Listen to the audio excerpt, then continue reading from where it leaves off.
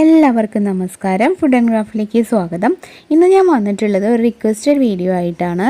നമ്മൾ സാധാരണ യൂസ് ചെയ്യുന്ന ചുരിദാർ, അതുപോലെ ജീൻസ്, ടീഷർട്ട് ഇതൊക്കെ ഒന്ന് ഫോൾഡ് ചെയ്തിട്ട് അഴിഞ്ഞു പോവാത്ത രീതിയിൽ നീറ്റായിട്ട് എങ്ങനെയാണ് വയ്ക്കുകയെന്നാണ് ഇന്നത്തെ വീഡിയോയിൽ ഞാൻ ഉദ്ദേശിക്കുന്നത്.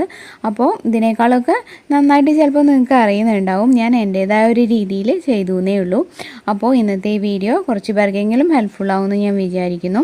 അപ്പോൾ നമുക്ക് എങ്ങനെയാണ് ഞാനിത് ചെയ്യുന്നതെന്ന് നോക്കാം. ആദ്യമായിട്ട് ഞാനിപ്പോൾ ഇവിടെ ഒരു ടീഷർട്ടാണ് ഫോൾഡ് ചെയ്യുന്നത്.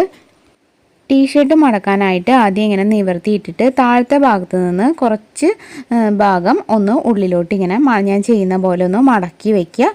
എന്നിട്ട് നമുക്കിത് ഫോൾഡ് ചെയ്തെടുക്കാം.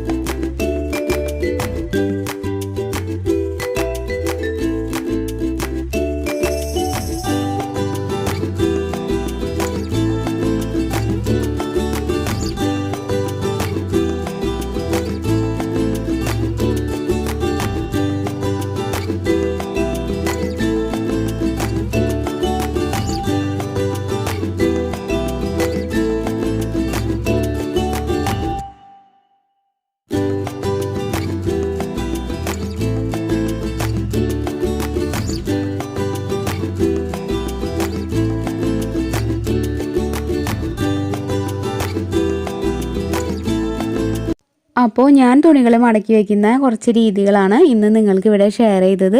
ഒരുപാട് പേര് ചോദിച്ചുകൊണ്ട് ഞാൻ എൻ്റേതായ രീതിയിൽ ചെയ്തു എന്നേ ഉള്ളൂ.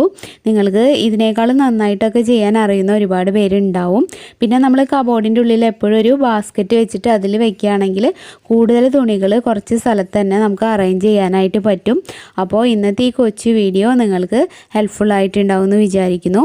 വീഡിയോ ഇഷ്ടമായിട്ടുണ്ടെങ്കിൽ തീർച്ചയായും ഒന്ന് ലൈക്ക് ചെയ്യുക. ഈ വീഡിയോ നിങ്ങളുടെ ഫ്രണ്ട്സിനും റിലേറ്റീവ്സിനൊക്കെ ഒന്ന് ഷെയർ ചെയ്ത് കൊടുക്കുക. പിന്നെ നമ്മുടെ ചാനൽ പുതുതായിട്ട് ആരെങ്കിലും കാണുന്നുണ്ടെങ്കിൽ ഒന്ന് സബ്സ്ക്രൈബ് ചെയ്തിട്ട് സപ്പോർട്ട് ചെയ്യുക. നിങ്ങളുടെ വിലയേറിയ അഭിപ്രായങ്ങളൊക്കെ കമൻറ്റിലൂടെ അറിയിക്കുക. പിന്നെ നമ്മുടെ പുതിയൊരു ചാനൽ പ്രാർത്ഥനാസ് വേൾഡ് കൂടിയുണ്ട്. അപ്പോൾ അത് ഇതുവരെ കാണാത്തവരുണ്ടെങ്കിൽ ഒന്ന് കണ്ടു നോക്കുക. കുറച്ചായിട്ട് ഞാൻ വീഡിയോസ് അപ്ലോഡ് ചെയ്ത് തുടങ്ങിയിട്ടേ ഉള്ളൂ. ഒരുപാട് ടിപ്സ് അതിലും അപ്ലോഡ് ചെയ്യണമെന്ന് വിചാരിക്കുന്നു. അപ്പോൾ നിങ്ങളുടെ സപ്പോർട്ട് വേണം. എല്ലാവരും സപ്പോർട്ട് ചെയ്യുമെന്ന് വിചാരിക്കുന്നു. അപ്പോൾ ഇന്നത്തെ ഈ വീഡിയോ ഇത്രയൊക്കെ ഉള്ളൂ. നാളെ ഇനി മറ്റൊരു നല്ല വീഡിയോ ആയിട്ട് വീണ്ടും വരാം. അതുവരെ എല്ലാവർക്കും ഒരുപാട് നന്ദി.